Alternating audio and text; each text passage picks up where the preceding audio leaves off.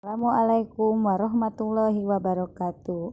Alhamdulillah kita dapat bertemu kembali dalam kegiatan belajar mengajar minggu ini.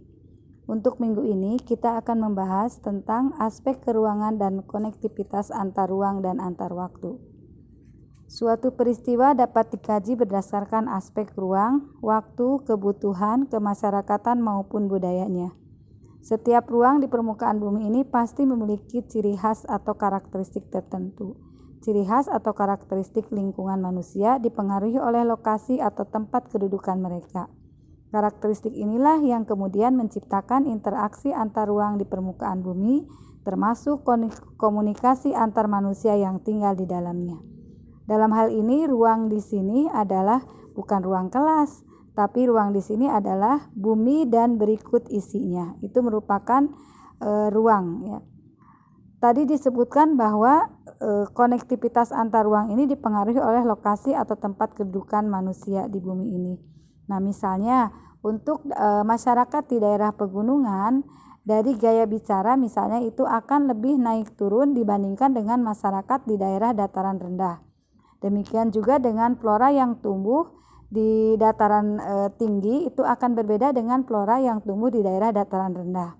Nah, contoh interaksi antar ruang adalah yang pertama mobilitas penduduk. Misalnya tamasya.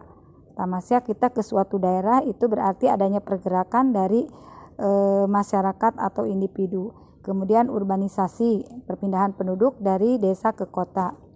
Yang kedua adalah komunikasi, misalnya melalui Twitter, kemudian melalui WhatsApp atau melalui Facebook. Yang ketiga adalah transportasi, misalnya adanya pengiriman barang. Nah, dalam kondisi saling bergantung diperlukan adanya interaksi keruangan, yaitu yang pertama saling melengkapi. Misalnya daerah A itu menghasilkan sayuran dan daerah B adalah menghasilkan ikan. Nah, untuk kebutuhan hidup mereka itu akan saling melengkapi daerah A dengan daerah B. Yang kedua adalah kesempatan antara. Misalnya daerah A yang menghasilkan sayuran itu membutuhkan ikan dari daerah B dan daerah C. Nah, untuk itu maka daerah A akan membeli ikan dari daerah B dan daerah C. Namun ikan yang ada di daerah B itu lebih murah dibandingkan dengan ikan yang ada di daerah C. Maka daerah A itu akan membeli ikan dari daerah B. Yang ketiga adalah kemudahan transfer, di mana daerah A yang menghasilkan sayuran, daerah B dan daerah C menghasilkan ikan. Nah, untuk memenuhi kebutuhan di daerah A akan ikan tersebut, maka daerah A harus membeli ikan dari daerah B atau dari daerah C. Sementara untuk ke daerah B itu jalannya lebih baik dan juga lebih dekat dibandingkan ke daerah C. Maka daerah A akan membeli ikan dari daerah B. Berikutnya adalah aspek interaksi, komunikasi, sosialisasi, institusi sosial, dan dinamika sosial. Manusia terlahir memiliki naluri untuk selalu hidup berkelompok, sehingga ia perlu melakukan adaptasi baik dengan individu lain maupun dengan lingkungannya.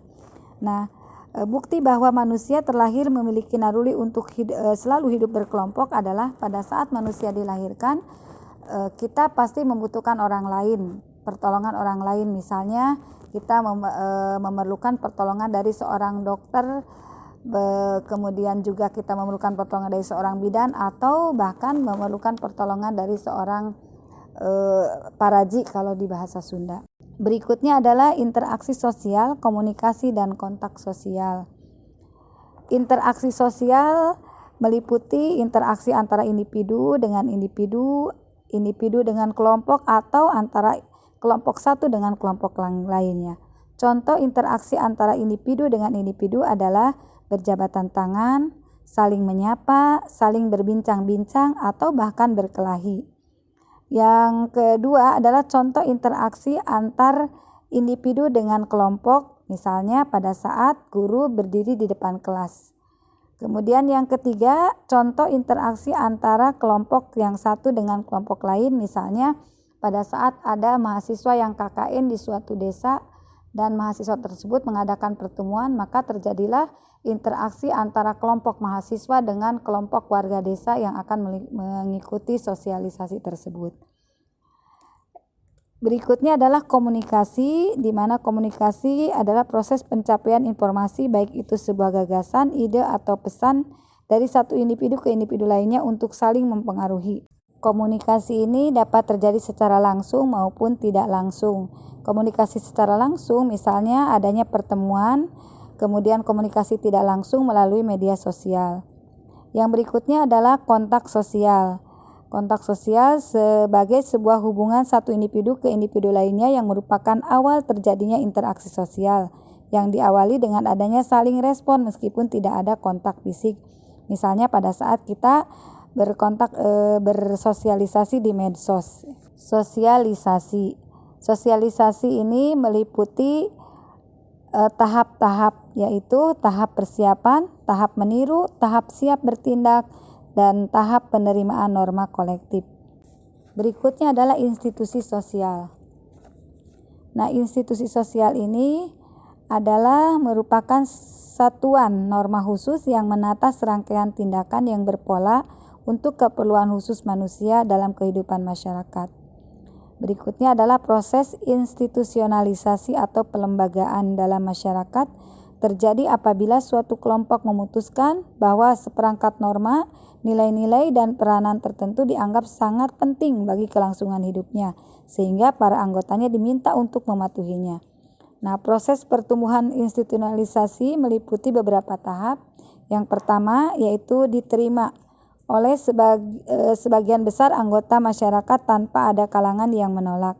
Kedua, norma tersebut menjiwai seluruh anggota masyarakat. Yang ketiga, norma tersebut harus mempunyai sanksi yang mengikat setiap anggota. Misalnya, lembaga sekolah yang merupakan suatu institusi sosial itu membuat suatu aturan atau peraturan tertentu yang akan mengikat warga sekolahnya dan dilengkapi dengan sanksi-sanksi pada saat ada warga sekolah yang melanggar terhadap aturan atau norma yang diberlakukan di sekolah. Berikutnya adalah dinamika sosial yang merupakan sebuah kajian dalam rabah sosiologi yang membahas tentang perubahan-perubahan yang terjadi dalam kehidupan sosial. Dinamika sosial meliputi pengendalian sosial, perilaku menyimpang atau penyimpangan sosial, kemudian mobilitas sosial, dan perubahan sosial. Mungkin itu yang dapat disampaikan. Mohon maaf. Billahi taufik wal hidayah. Wassalamualaikum warahmatullahi wabarakatuh.